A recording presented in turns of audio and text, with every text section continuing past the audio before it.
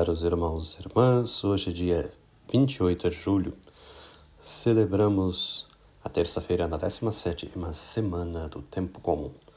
O evangelho que nos é proposto é o evangelho de São Mateus, capítulo 13, versículos 36 a 43. Naquele tempo, Jesus deixou as multidões e foi para casa. Seus discípulos aproximaram-se dele e disseram: Explica-nos a parábola do joio.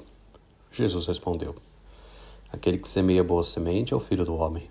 O campo é o mundo. A boa semente são os que pertencem ao reino. Os joios são os que pertencem ao maligno. O inimigo que semeou o joio é o diabo. A colheita é o fim dos tempos. Os ceifadores são os anjos.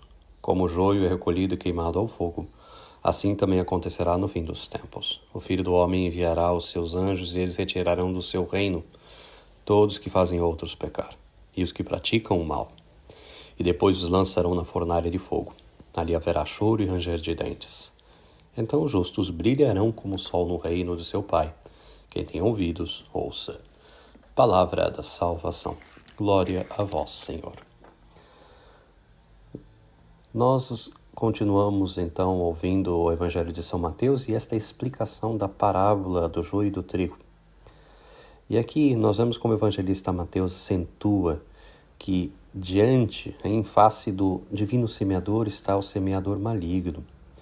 Em face dos membros do reino estão os sequazes do maligno. É a história humana dividida em dois opostos.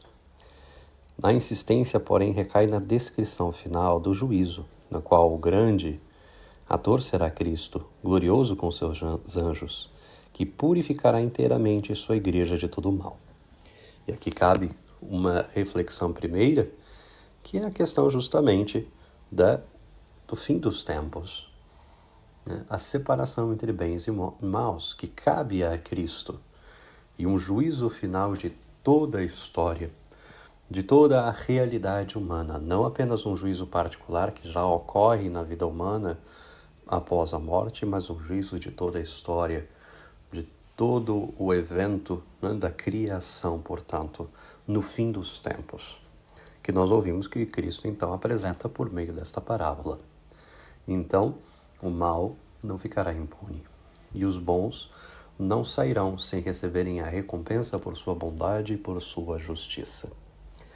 No entanto, também nos mostra esta característica da paciência de Deus.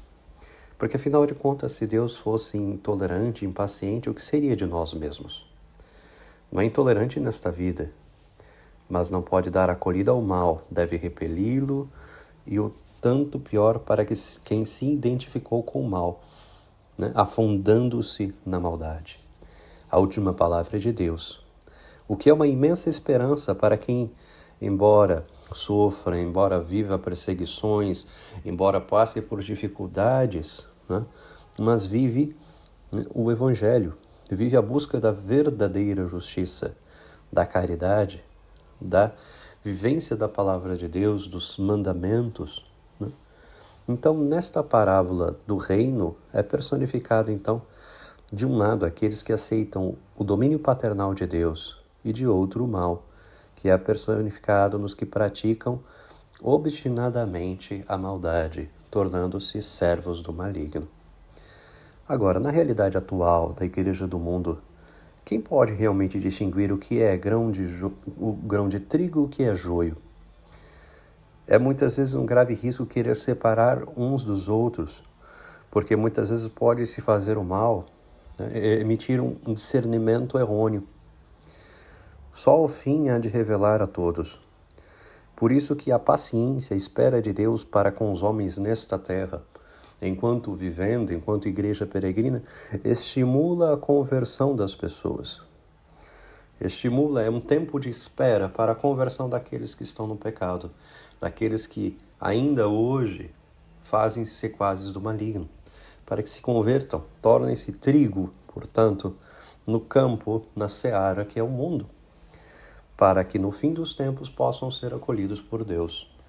Então a paciência de Deus não é lentidão, é tolerância. Tolerância em vista do bem daqueles que, por engano, sem intenções muitas vezes trafegam por um caminho errôneo, por um caminho de pecado.